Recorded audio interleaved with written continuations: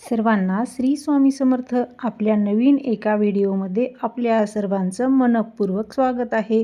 आज आपण श्री स्वामी समर्थांची सेवा का करावी आणि कशी करावी हे पाहणार आहोत आणि ऐकणार सुद्धा आहोत. सर्वांना पुन्हा एकदा श्री स्वामी समर्थ. स्वामींची सेवा करताना केवळ मंत्रजाप किंवा पोथी वाचन महत्त्वाचे नसते, तर ती सेवा कोणत्या भावनेने आणि शिस्तीने केली जाते याला विशेष महत्त्व आहे.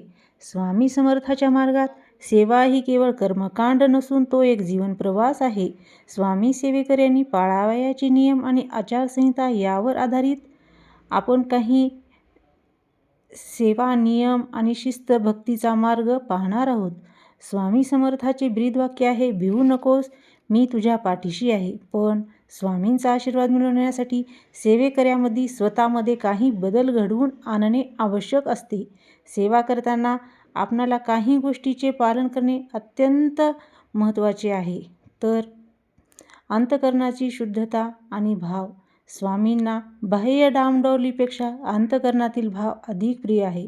सेवा करताना मनात कोणताही कपटभाव, मत्सर किंवा कोणाचे वाईट करण्याची इच्छा नसावी. मी सेवा करतोय हा अहंकार गळून पडणे म्हणजेच खरी सेवा होय. वेळेचे आणि शिस्तीचे पालन. स्वामी मार्ग हा शिस्तीचा मार्ग आहे.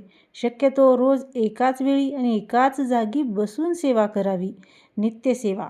सकाळी आणि संध्याकाळी दिवे लावणीच्या वेळी नित्यसेवा, 11 माळी जप, तारक मंत्र, आरत्या केल्यास त्याचे फळ लवकर मिळते. ब्रह्ममुहूर्त. शक्य असल्यास पहाटे 3:30 ते 5:30 या वेळेत केलेली सेवा ही अत्यंत प्रभावी मानली जाते. आहारावर नियंत्रण. सेवेकऱ्याचा आहार हा सात्विक असावा. सेवा काळामध्ये किंवा नित्यजीवनात खालील काही पथ्य आहेत, ते पाळणे हिताचे ठरते. मद्यपान आणि मांसाहार पूर्णपणे टाळावा. कांदा, लसूण याचा वापर मर्यादित किंवा वर्ज्य केल्यास मन एकाग्र होण्यास मदत होते. परान्न म्हणजेच दुसऱ्याच्या घरचे अन्न घेणे टाळावे, कारण अन्नाचा परिणाम मनावर होतो. वागणूक आणि नम्रता. स्वामीचा सेवेकरी त्याच्या वागण्यावरून ओळखला जावा. कोणाशी उद्धटपणे बोलू नये, अपशब्दाचा वापर करू नये. दीनदुबळ्यांना मदत करण्याची वृत्ती ठेवावी. सर्वाभूती स्वामी हा भाव ठेवून प्राणीमात्रावर दया करावी. शारीरिक आणि मानसिक स्वच्छता करावी. सेवा करताना नेहमी स्वच्छ कपडे परिधान करावेत. पुरुषांनी शक्यतो सोळे किंवा धूत वस्त्र वापरावे. स्त्रियांनी सुती साडी किंवा सात्विक पोशाख असावा. स्त्रियांनी मासिक पाळीच्या काळात 4 दिवस सेवा करू नये. मानसिक जप करण्यास हरकत नाही. सेवेचे गुप्तत्व. आपण करत असलेली सेवा, विशेषतः अनुष्ठान, ठराविक संख्यात्मक जप ही गुप्त ठेवावी. सेवेचा बडेजाव केल्याने त्यातील ऊर्जा नष्ट होते. उजव्या हाताने केलेले दान डाव्या हाताला कळू नये या न्यायाने आपली भक्ती असावी. पूर्ण श्रद्धा आणि सबुरी. अनेकदा लोक संकटात असतानाच स्वामीकडे वळतात.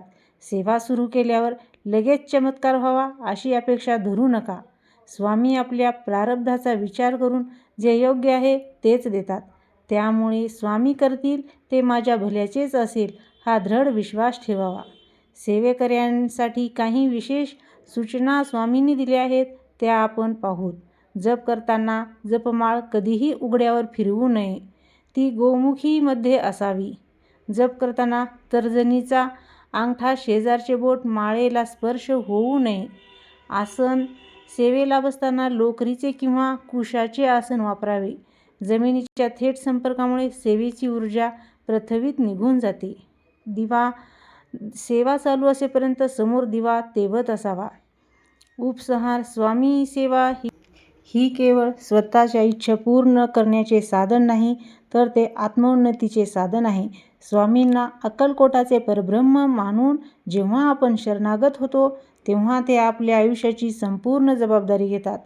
वरील नियमाचे पालन केल्यास सेवेतील आनंद आणि अनुभूती द्विगुणित होतो. अशक्य ही शक्य करतील स्वामी. तुम्ही एखादी विशेष सेवा, उदाहरणार्थ सारामृत किंवा पारायण किंवा जप सुरू करण्याचा विचार करत आहात, त्याबद्दल अधिक माहिती हवी असल्यास नक्की चॅनलला लाईक, सबस्क्राईब करा आणि व्हिडिओ शेवटपर्यंत बघितल्याबद्दल धन्यवाद. सर्वांना पुन्हा एकदा श्री स्वामी समर्थ.